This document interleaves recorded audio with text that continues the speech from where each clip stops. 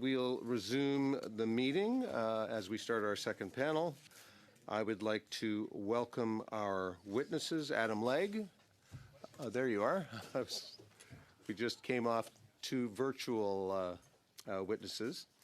Adam Legg, President of the Business Council of Alberta, welcome, and Eric Nuttall, Partner, Senior Portfolio Manager at 9 Point Partners. Just a few comments for the benefit of our new witnesses. Please wait until I recognize you by name before speaking. A reminder that all comments should be addressed through the chair.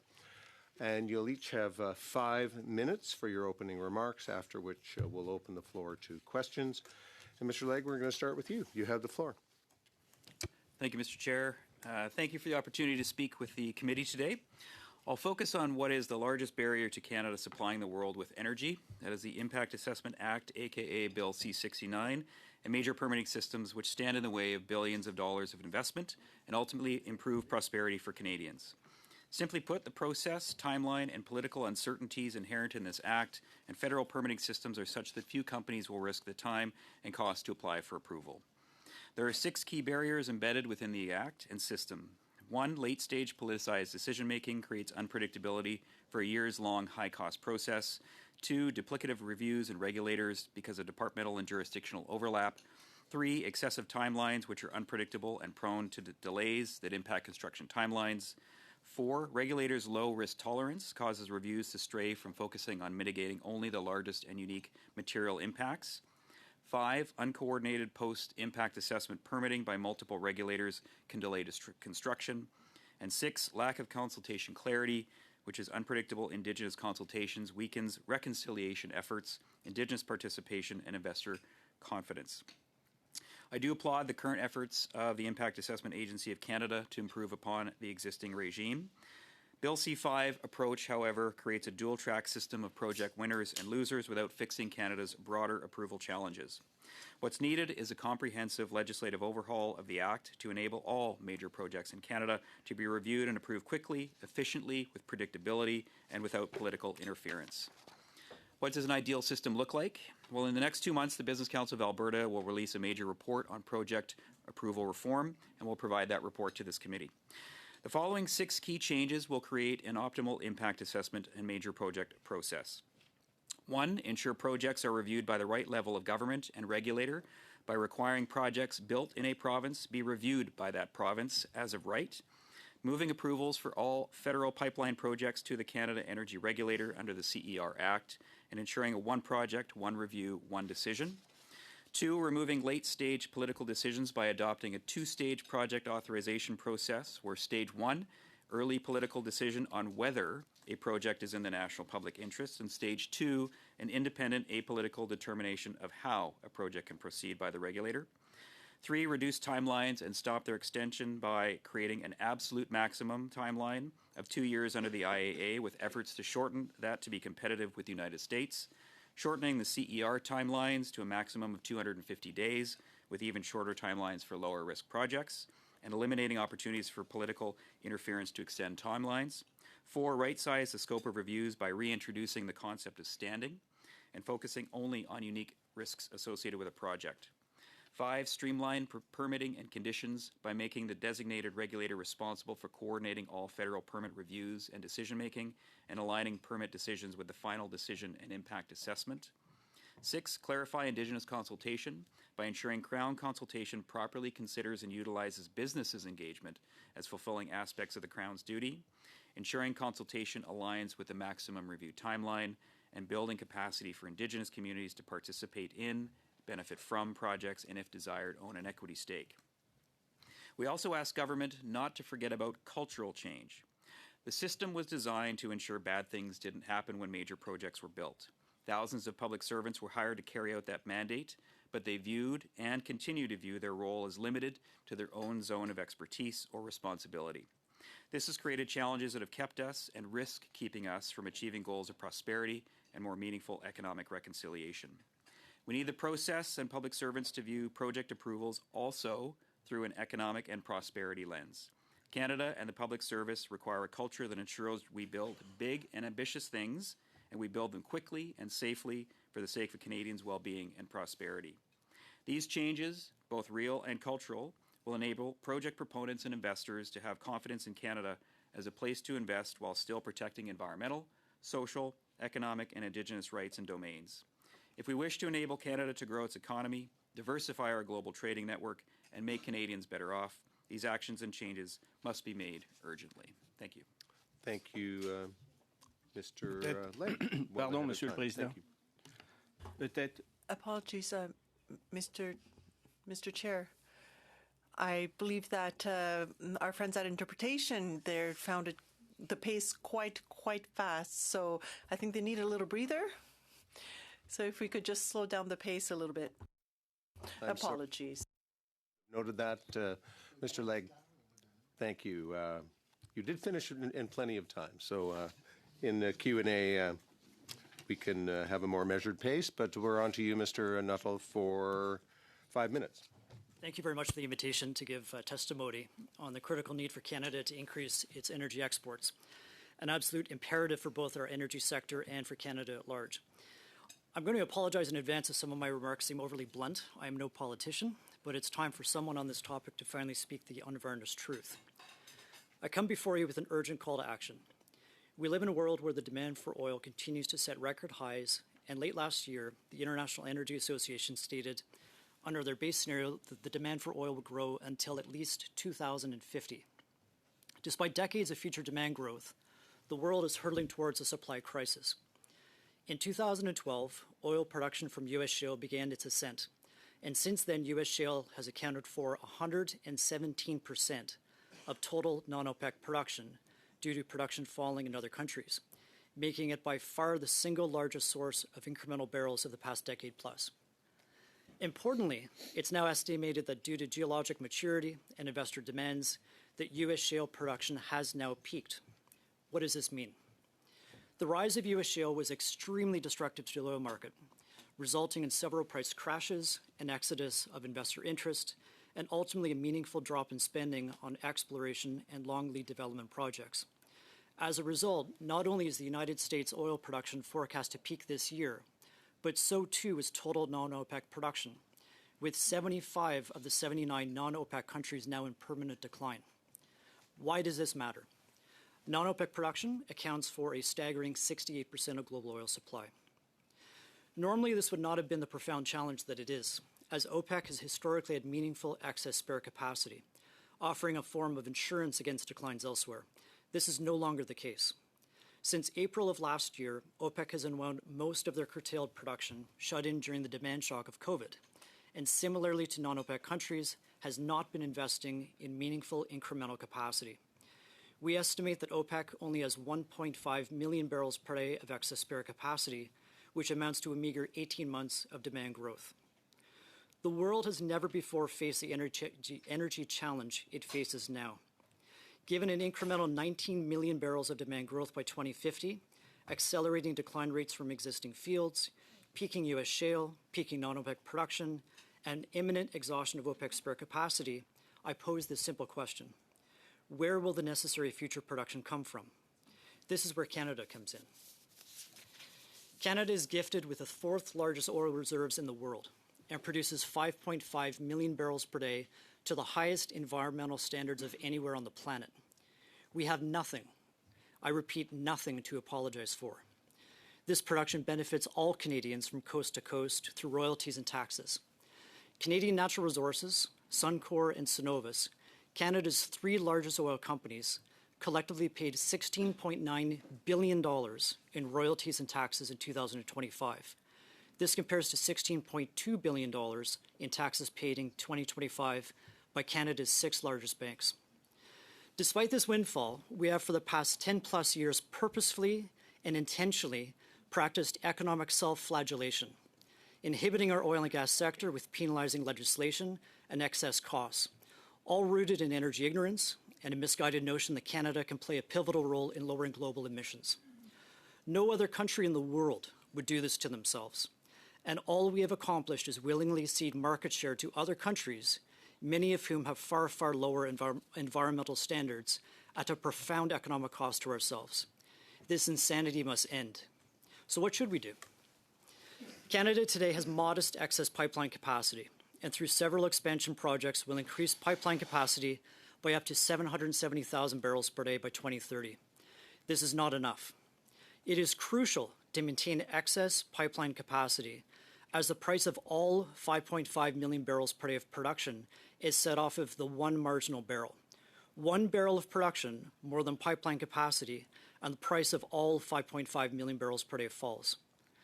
We are now up against the clock, as it is estimated that it will take at least 8 years to build a new major pipeline, taking us beyond the 2020-30 timeframe and risking a repeat of widening price differentials that would significantly impact revenue, royalties, and taxes.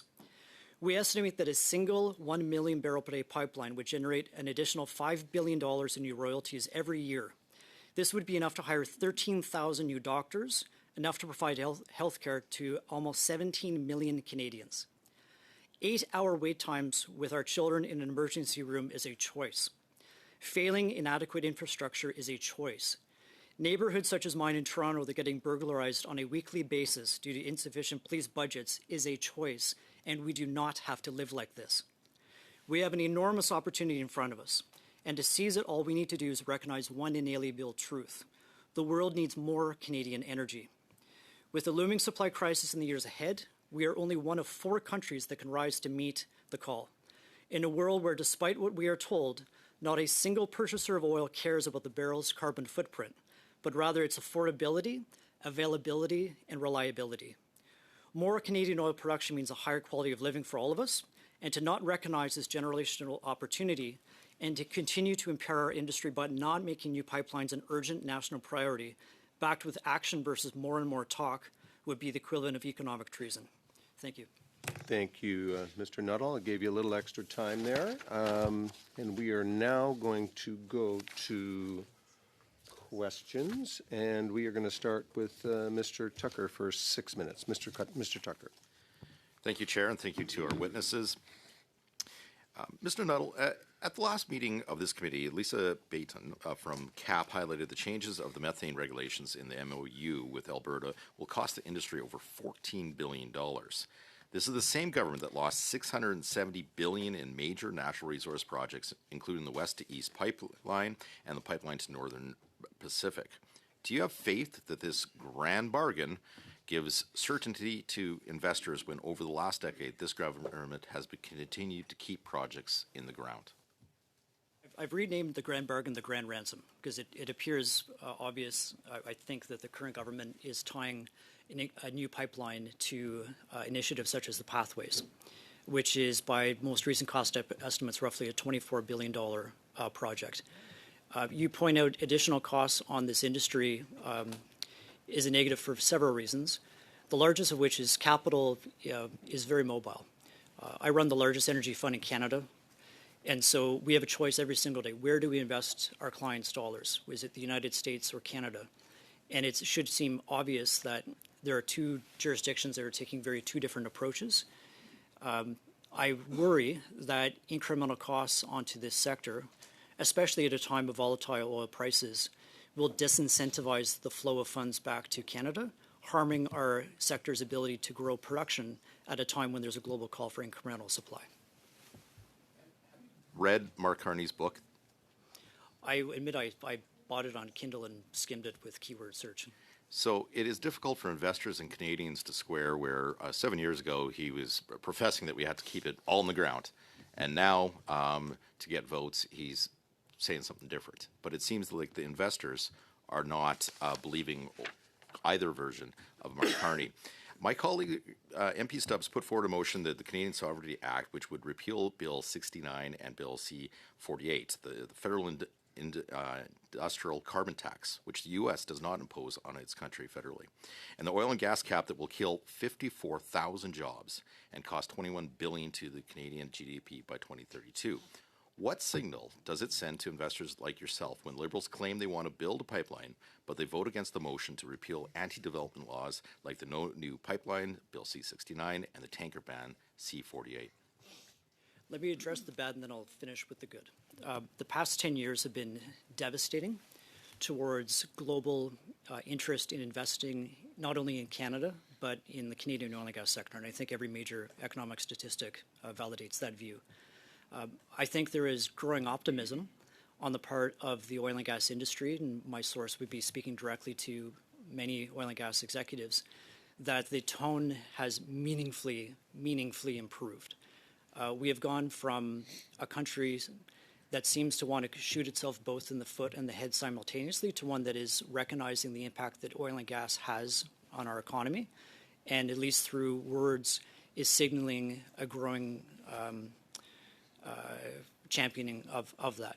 I think there remains a lot of skepticism still in terms of whether much talk, a year of it, will actually translate into action. We're very, very hopeful for that.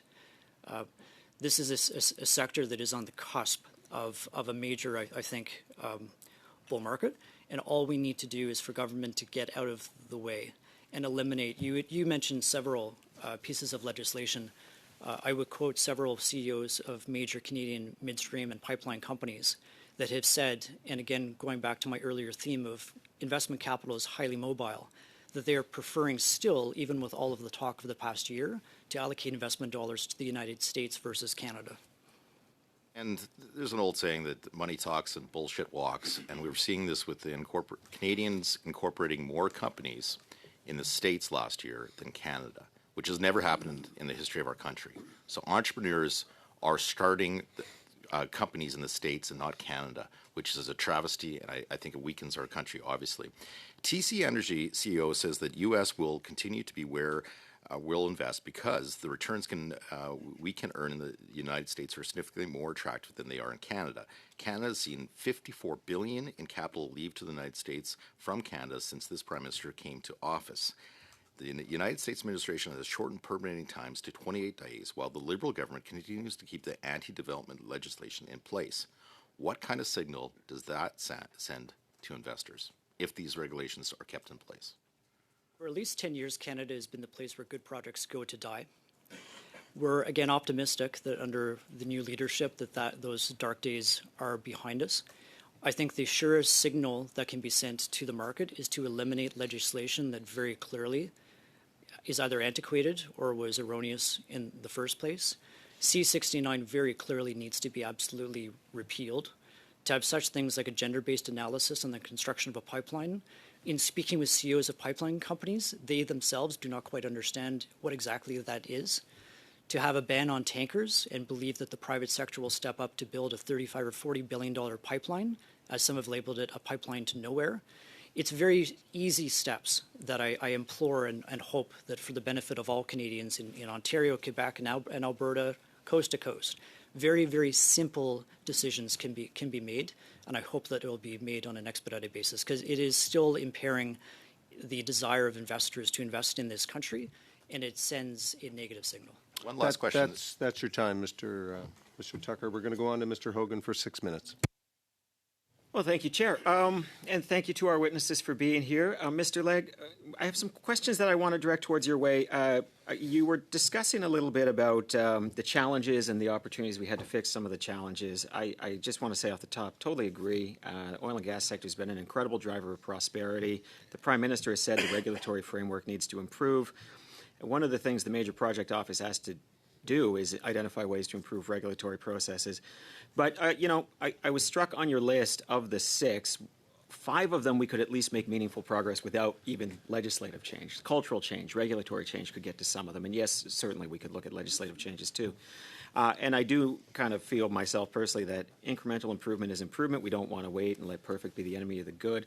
So I'm just wondering if you could maybe expand on some of the things that you think that we could be doing right now, just from even a process and cultural point of view, to be more efficient, to meet the Prime Minister's goal of having faster approvals and faster action. Yeah. Thank you for the question. I mean, culture eats strategy for breakfast. And I've led and transformed a number of organizations where, I mean, that rings so true. So I think we can have all of the regulatory change, all the ambition in the world, but if it isn't being driven down into the public service, that these projects are in the national interest, they are going to lift Canadians up in terms of their ability to afford daily things like groceries, housing, etc., and will increase Canada's ability to compete for capital, as my fellow witness has identified, we won't make meaningful progress. So I think the cultural shift needs to happen first and foremost, and it's going to take time and repeated efforts. And frankly, those that can't get on the bus of expedited and competitive regulatory environments and investment climates should be shown the door. In terms of some of the other pieces, frankly, the move to allow provinces to adjudicate and regulate the projects that are happening within their provinces is a step that's happening, but should be happening as of right. I mean, that does require a change in the legislation, but by practice, that should be happening today. And in many provinces, it actually is. The shift to having all of the pipelines in Canada approved by the energy regulator is also a needed change legislatively, but I believe that should be happening immediately. And frankly, there is purview within the Impact Assessment Act for the agency and other regulators to limit the scope of reviews, where in the past they have often taken the maximum amount of time. They have added interesting academic queries to the regulatory approval process when they have really no material bearing on the actual development of a major project. So, I mean, that's a few things that could be done immediately, but for wholesale change, for Canada to be ultimately competitive with our primary competitor, the United States, which, as pointed out, is moving to some timelines as quickly as 28 days, we will need to see a combination of both procedural and legislative change. Thank you. And one of the suggestions that you made was, and by the way, I should say, around the ever-expanding consultations, so right, that's the space I worked in before I worked for the government, and yeah, it was not even a yes or a no, it was a maybe and let's go back, and somebody felt not engaged, and that clearly needs to be tightened up. But in terms of, you made a comment about using business engagement as fulfilling aspects of Crown's duty, and so I'm intrigued by that for two reasons. One is I would be concerned about whether that would be durable in a court, and I'm wondering if there's any analysis your organization's done on that. And second, is there any precedent for that in energy projects that I'm just not aware of? Well, in terms of the first question around durability, as long as the consultation process that's been embarked upon by business, which is very important because they have a lot of the relationships in the communities that a project will be either operating in or impacting through development. So business can actually be a very important function and functionary in that activity. As long as some of those engagements are properly documented, noted, and recorded, then they can be considered as part of the duty to consult. In terms of examples of projects, you know, the work that Trans Mountain did, Ian Anderson, through a lot of his engagement with the Indigenous communities along that route, was a substantive part of consultation. And in fact, many instances there have been, or some instances I should say, where the Crown has in effect sort of discharged its duty to the business community, given their engagements that they've had with the with Indigenous communities. So it is possible, and it's an important part of all parties, but particularly the Crown fulfilling its duty to consult. Okay. Last question that I had, which I guess I'll open up to both of you here. So when we talk about the overall global context, so first of all, I completely believe demand for Canadian oil can continue to grow regardless of the scenario, whether demand goes up, down, sideways, because demand is always shifting. People want to have a variety. They don't want to be beholden to one particular market. Lots of opportunity for Canada long term. Canadian oil and gas production did grow 34% in the last 10 years. Globally, that increase was 6%. But if I'm understanding, there was an opportunity for more. What do you envision as potentially the upside that's available? So, Mr. Hogan, we're out of time, but I will allow a quick answer from both of our witnesses. Quick answer. It's fair. Canadian growth rate have exceeded the global average. I think the largest reason for this is we're imbued with more. The quantum of growth is much larger than other countries, many of which are in permanent decline. Also, people such as myself has been inhibiting that growth rate as well, because there's been a call for companies to prioritize return of capital over production growth at a time of enormous volatility in the oil price. Great. And a quick one from you, Mr. Legg.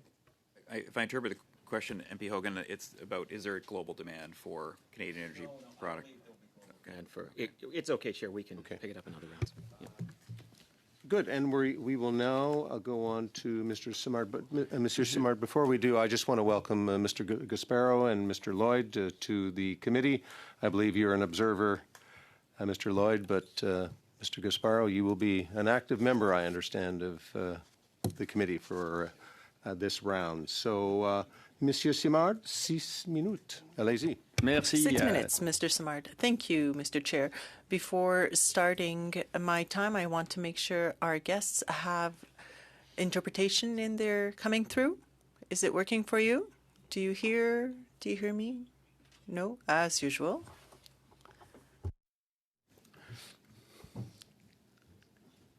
Voilà.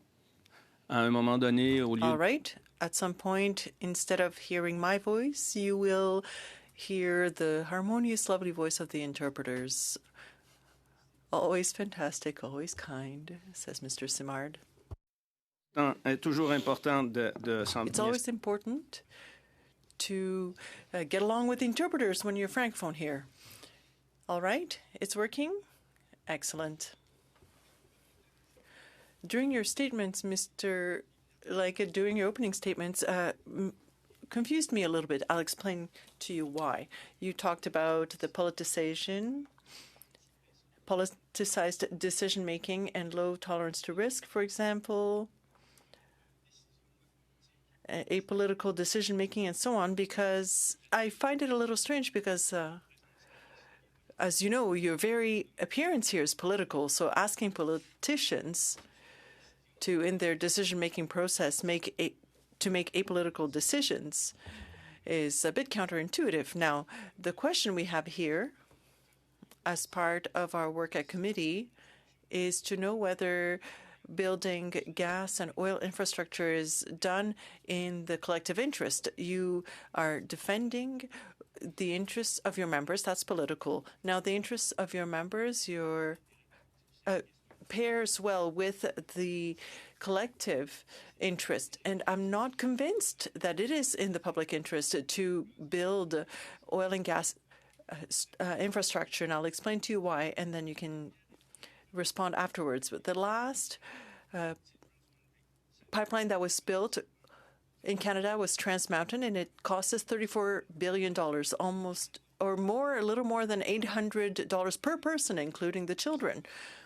And your colleague was saying, well, if you want less time spent in hospital waiting rooms, we have to invest in this kind of infrastructure. I think it should be the opposite. Perhaps that $800 plus could have been invested in reducing those wait times.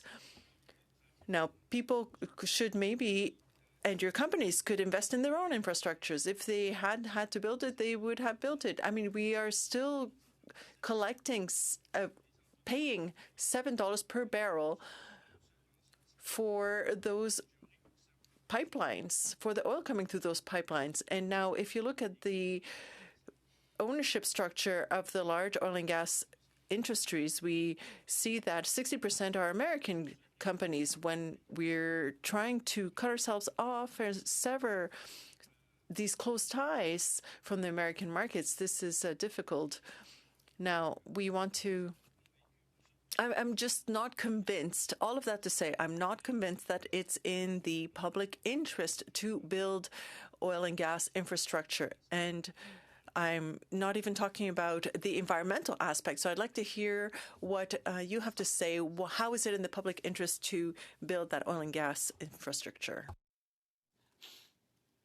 Thank you, MP Simard. I think to the extent that my fellow witness here came armed with the actual economic impacts of taxes and royalties that have been paid by the large oil sands companies. Oil and gas is the largest export sector of this country. It is the largest tax-paying sector of this country. It is the most productive from an economic multiplier sector in this country. So the economic benefits of growing that sector, growing the production, getting more production to other non-U.S. markets in addition to continuing to supply the U.S., I think are relatively clear given the economic impact of the industry to this country, the wages that are earned in Alberta that contribute to everything from pension to equalization payments. So it is a vital and imperative industry that it is in the public interest to continue to grow production and support that through new transportation infrastructure to new markets. The Trans Mountain pipeline returned $1 billion to the federal government in its first year of operation because of that expanded capacity and export takeaway capacity through its operations. Imagine if we had multiple opportunities to expand production and grow exports through other pipelines. We would have incremental returns and taxes and royalties that have been that are earned. So I guess I would argue that the economic impacts of the oil and gas sector and growing our trade capacity with other markets is a strong and compelling one. And we have lost out with the cancellations of everything from Northern Gateway to Energy East on 1.6 million barrels a day of production, and therefore taxation and royalties on that production. So we have a huge opportunity lost, and hopefully we can find ways to grow that into the future. If I may, and with respect, Monsieur Simard, where do you think your province's $17 billion per year of transfer payments come from? It's funded from. Je vais vous arrêter là. I'll stop you there. I'll stop you there because you have to look at the overall numbers. I mean, if you want to talk about equalization, well, you know, Quebec's, if you look at it differently, Quebec is sending more to Alberta than the other way. Now, I talked to you about purchasing the pipeline. I've been here since 2019. I've seen the Fund to Reduce Emissions, which was supposed to reduce that. The Environment Commissioner came to tell us that it was a pure grant, it turns out, to the oil and gas sector. And now the main beneficiaries are shareholders, and I'll get back to this later. But I'm pleased to hear you today. Can work a response into one of the other responses to another member. Colleagues, we're a little bit behind. I've been probably too permissive today in allowing folks to go over, including some of our witnesses. So we have Monsieur Martel, Mr. Clark, Monsieur Simard again. I'm going to reduce Mr. Tucker, you, and Mr. Gasparo to 3 minutes at the end. So prepare your questions accordingly. You're devastated, I know, but that's what we do in this committee. We devastate folks. All right, to the speaker, I hope. Yes, yes. Monsieur Sima, we're going to. Sorry, Mr. Martel. We're going to go. I was enjoying your interaction so much. I want to go back to you too, Mr. Martel. 5 minutes. Oui, merci beaucoup, Monsieur le Président. Yes, thank you very much, Mr. Chair. Mr. Nuttall, I'd like to hear what you have to say if you have any answer to Mr. Simard to his last question, if you'd like to elaborate on what he was saying. Thank you. I'd be happy to. I commend the prior government for stepping up and seeing TMX through. It was a major insurance policy to protect the largest industry in Canada, worth $100 billion per year, 25% of our net exports. The only reason why that action took place was the years of disastrous legislation that made private companies leave this country as they continued to leave, not just on oil and gas, but others. So that insurance policy, I think it's very simplistic to look at it solely through the terms of toll rates per year. It also, if you look at the decrease in the differential, the discount for Canadian heavy oil, it's reduced that by at least $10 per barrel. And by rough math that I just did, that's roughly at least $1.8 billion per year in additional value. Directly from that are royalties and taxes that go to build, incremental hospitals and schools and roads, et cetera, every single year. So it's an ongoing an annuity. And honestly, I'm staggered that as a citizen, I need to explain why it's important to champion the most important sector of the Canadian economy. The reasons for that should be abundantly obvious. Monsieur Nuttall, est-ce que vous croyez que le Mr. gouvernement... Martel, do you believe that the government is doing serious work through its act? Oh, do you believe the government is doing serious work with Bill C5 when they can't even get rid of C69? What should make us believe that C5 will increase the speed of development projects?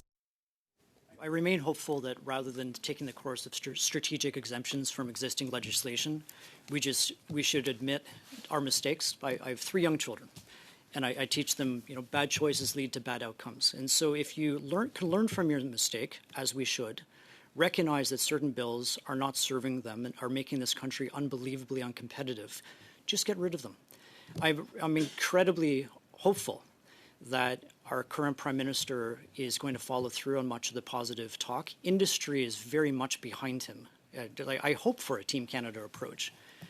I'm extremely worried about the path that this country is on, and it's oil and gas that can get us off of that path. So I'm hopeful that we'll see action in the coming months. I'm hopeful that the grand ransom or grand bargain or whatever with the Alberta government yields fruit. Remain optimistic on that. Tous les pays présentement, All countries seems to be running after the black oil, the black gold, as we call it, rather. Now, over the years, we have all kinds of legislation that has settled in. Why are we so behind on our exports? Was there not enough,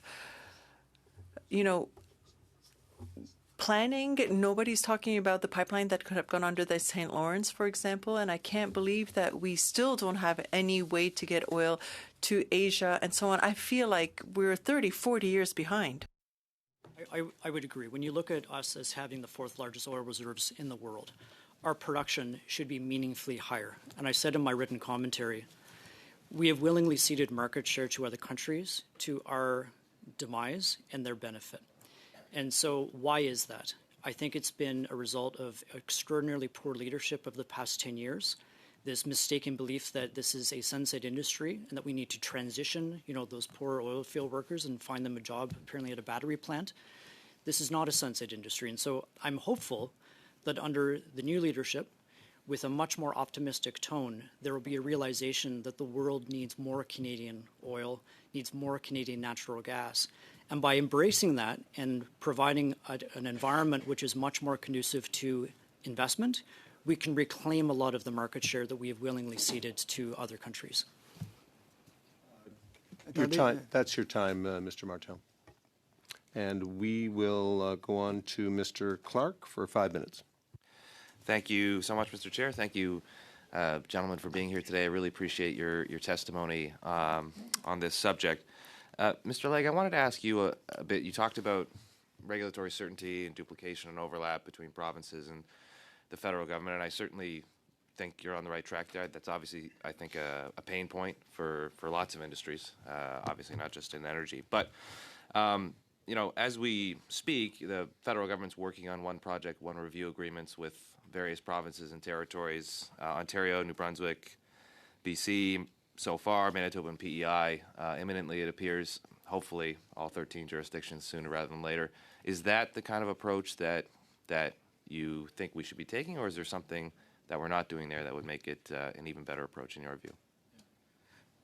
The way the Impact Assessment Act is that it does require substitution agreements with other provinces. What we propose is that the Act be changed such that it is, as of right, it is legally embedded, that if a project is happening in a province, that it is that provincial government or regulator that approves it. It does not have to go through a substitution agreement. It does not have to go through, and the substitution agreements require that the federal government is comfortable with the provincial government's regulatory approval process. It should be deemed that a province, given its powers under the Constitution to oversee its resource development, et cetera, that is acceptable as of right. And so we would like to see not having to go through the path of individual substitution agreements by province, but that the Act be amended such that it is, as of right, the province's responsibility if that project is happening in that province. Right.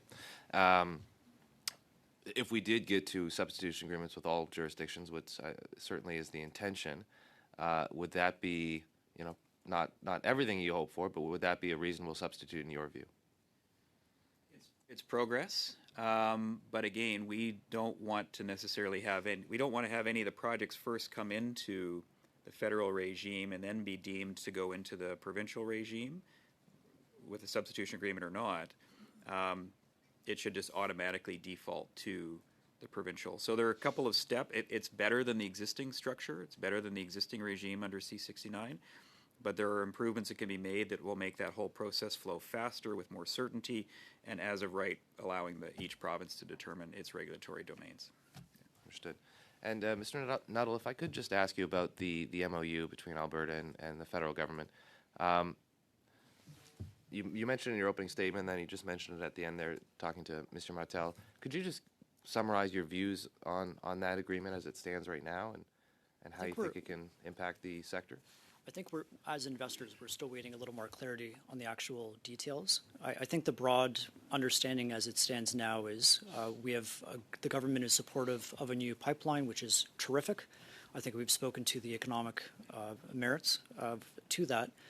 Our understanding is that is being tied to the construction of the Pathways project, which is roughly a $24 billion project intended to make incremental production net zero, at least on a Scope 1 basis. Broadly speaking, I would say we're opposed to the Pathways project. We are the only jurisdiction, like the oil sands are 0.1% of global CO2 emissions. And so the notion that we can solve the global climate crisis, if I'm going to use those words, by impairing such a massively important part of our economy, I think is extremely simplistic. It's interesting, when we look at just new coal plant construction in China, just over the next 3 years, that will totally overwhelm all of the CO2 emissions from Canada. So the additional burdens that we're placing on a sector, which is the engine of growth, it can literally lift millions of Canadians out of poverty at a time when other countries, other oil-producing jurisdictions are swinging against the fallacies of, net zero 2050, et cetera. It's essentially just Europe and Canada that are now embracing that. And Europe is not an economic model that I think we want to embrace. Right. I mean, I would note also that China is doing a massive amount of solar and wind and lots of other renewables as well, but we don't need to litigate everything all at once. Just have 20 seconds. Oh, geez. Can you touch really quickly on LNG exports? The study is about exports. We shipped our first LNG to Asia last year. I'm sure you got 7 seconds now, but your views on that? Yeah, quick response, please. Thank God. Yeah, we embrace more LNG from Canada. We're hopeful we'll be exporting 6 BCF a day by 2031, 2032. Thank you. Monsieur Simard, 5 minutes. 5 minutes, Mr. Simard. Thank you very much. Oh, wait, 2.5 minutes. I can take 5. I'll wait for the start of my time. Okay, I'd like to go back to your comment, Mr. Nuttall, which indicates, according to you, that Quebec is benefiting from all this largesse from Alberta, which I find interesting because what we hear, well, actually, when I started 2019, my Conservative colleagues kept telling us that Quebec did not use any oil and gas from Alberta, and I guess they had to change what they were saying when they saw the actual numbers and the actual graphs. Now, from 2070 to 2015, the federal government's numbers show us that we invested $70 billion collectively to make the oil sands technology more efficient. So that's how much we invested, $70 billion at the federal level. And if you take that 20%, that's $14 billion from Quebec. Do you know what percentage was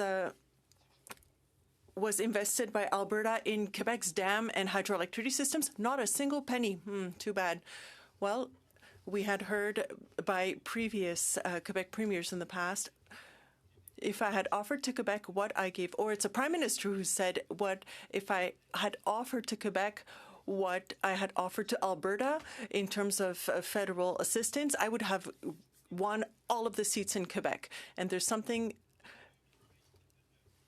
and that's something that we heard from a prime minister. Now, from 2002 to 2007, Quebec lost 55,000 jobs in its manufacturing sector because of the fluctuating oil prices that made Quebec less competitive.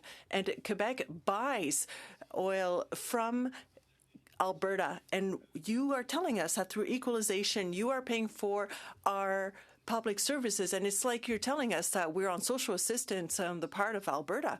But that's why we have serious doubts when you show up here and demand that and request that the government roll out the red carpet for oil and gas projects. And the role of elected members here is to represent their citizens, even if you don't like that. And among those citizens are people from Quebec who are not interested in seeing any of their money go to the oil and gas sector. So you can answer in writing, please. Time is the members on how they wish to use it. Perhaps in another question you might respond, but we are running out of time. And I will go to Mr. Rowe. Mr. Rowe, 3 minutes, but I understand you may want to share some of your time with Mr. Lloyd. Well, thank you for having me here today. My first question is for Mr. Nuttall. You mentioned transfer payments has been an interesting topic here. Newfoundland and Labrador was a have-not province for a long time, perhaps since Confederation. But under conservative governments, we leaned into the oil revenues, we leaned into our offshore oil. 25% of our GDP now comes from oil and gas. We are slightly a have-not province now, and we've had to depend on recently, under this new Liberal government, because of these anti-oil regulations that have just dried up investment in our offshore, we've now had to rely on transfer payments once again. I'm just curious, would you like to expand on the statements you made earlier about transfer payments and its connection to oil and gas? And more specifically, is there a business case for Newfoundland and Labrador's offshore natural gas, and perhaps an opportunity for us to come off of the transfer payments once again and be self-sustaining? Maybe if I can refocus the conversation. I think we need to all agree on a few basic facts. The Canadian oil and gas sector is the heartbeat of the Canadian economy. It generates $100 billion of GDP per year and is roughly 25% of our net exports. So that's the basis. It is true that your province is an excellent example of how the economic benefits can generate and flow through to their citizens. So when I think of other provinces who are not adopting that and perhaps have significant natural gas onshore shale deposits north of one of the largest export markets on the planet, I think perhaps they could be doing better. In the world that I envision in the next several years, Canadian companies have not been going onshore. Again, we have the luxury of having a lot of different good projects to go after, specifically in the oil sands, some conventional oil projects. I can envision a world in the next couple of years where the future of this sector will be offshore. It'll be the oil sands, and it will be offshore. So I see a very optimistic future for you. I don't mean to cut you off, but I am going to give the rest of my time to Mr. Lloyd. Mr. Lloyd, you've got about a minute. Thank you. Mr. Nuttall, I know a lot of investors were concerned about the Venezuela, the recent stuff. How do we make Canada more competitive in light of the fact that, more Venezuelan heavy oil barrels are going to be coming onto the market, maybe not for a very long time, but certainly it doesn't appear that President Trump and the Venezuelan government will be investing in massive carbon capture projects in Venezuela. So how do we make Canada more competitive in the face of that? It is exceptionally important that we diversify our customer base. As no business would want a customer concentration risk of 90 to 97%. That is what we have right now for, again, our largest net export. It's insanity. So an additional strategic benefit, which maybe can't be measured in dollars, but is a pipeline to the West Coast. I've given up hope on Energy East running through a particular province, but a new pipeline to the West Coast where we can access Asian thirst for our oil would go a great way to diversify our customer concentration. Thank you both. Thank you both. And wrapping up, Mr. Gasparo for 3 precious minutes. Great. Thank you both for attending. And Mr. Nuttall, as a recovering investment banker, I recall watching you on BNN, and you were very forthright on some of the interviews I saw you then, and it's great to see that nothing's changed. So it's great to see you. The International Energy Agency produced a report, Oil 2025 Long-Term Forecast. And in that report, it says global oil demand could grow by about 2.5 million barrels per day from 2024 to 2030, with annual growth fading over time, plateauing at about 105.5 million barrels per day, and hitting peak demand around 2030, and with the growth rate slowing after that. So what I want to get some line of sight on is, with that midterm outlook from the International Energy Agency, what type of offtake agreements do we need to see for Canadian oil and gas? Duration, price, credit quality. What do we need to see in order to have that long-term sustainability of Canadian oil getting to market? You referenced the International Energy Association. They've typically been on the lower end of demand forecasts. Traditionally, they haven't been terrific forecasters, but there's a wide basis of opinions, whether it's 2030 is peak demand, 2050, et cetera. In the end, what we have is growth in demand plus the need to offset something called production declines, and that's just of the 15,000 fields that the IEA actually studied late last year. What they found were decline rates are increasing. So that means that for Canada, our role is not just satisfying demand growth, but it's helping offset the declines in that production. I think in the not too distant future, there will be a heavy call on every single barrel that we can possibly produce. And that's why the time frame for a new million barrel per day pipeline to the West Coast, if it is in fact 8 to 10 years, we're now up against the clock. But I'm not concerned about thirst for our oil. I think the minister who was in India referenced, India would buy every barrel that we would have. They want our natural gas, etc. I think there's a global thirst for incremental Canadian barrels.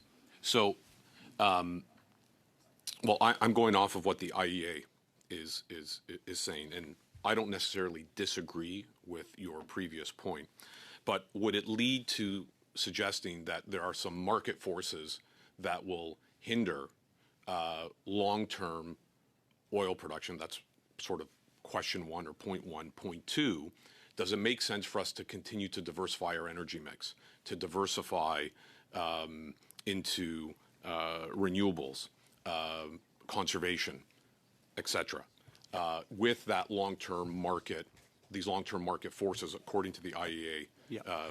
So a quick response, please.